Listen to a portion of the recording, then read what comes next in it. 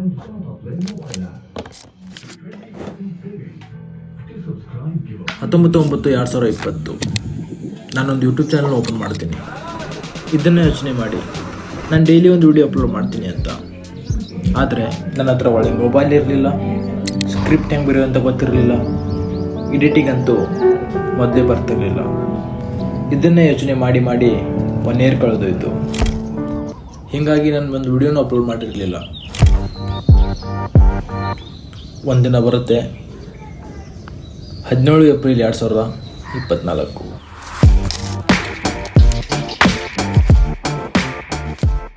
Finally ನಾನು ಹೊಸ ಅಕೌಂಟ್ನ ಓಪನ್ ಮಾಡ್ತೀನಿ.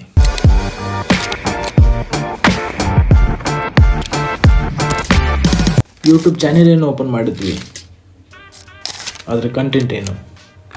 ಅದಕ್ಕಿಂತ ಮುಂಚೆ ನಾನು ಇಂಟ್ರೊಡಕ್ಷನ್ ಕೊಡ್ತೀನಿ. ಎಲ್ಲರಿಗೂ ನಮಸ್ಕಾರ. ದೊಡ್ಡ ಕನಸಿನ ಸಣ್ಣ ಹೆಜ್ಜೆ. ನನ್ನ ಹೆಸರು ರೋಹಿತ್.